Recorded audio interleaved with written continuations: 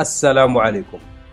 دعا قائد الجيش الجزائري وسائل الإعلام المحلية إلى تعميق الدراسات الاستباقية لمواجهة أي طارئ يهدد أمن واستقرار البلاد.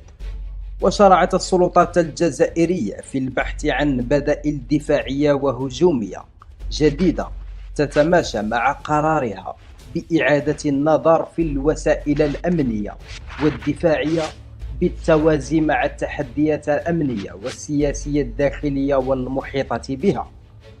ونظمت وزارة الدفاع الجزائرية ملتقى عن دور الإعلام في مجابهة التحديات الداخلية والمخططات العدائية التي تستهدفها، بعد أن كان الحديث عن دور السلطة الرابعة في الجامعات وكليات الإعلام.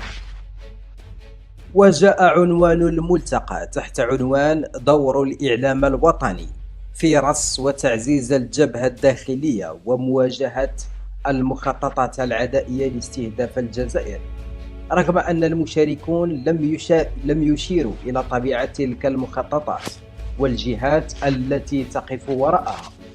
وشارك في الملتقى كبار الضباط بوزارة الدفاع الجزائرية ومدراء وسائل الإعلام المحلية وأكاديميون. وقال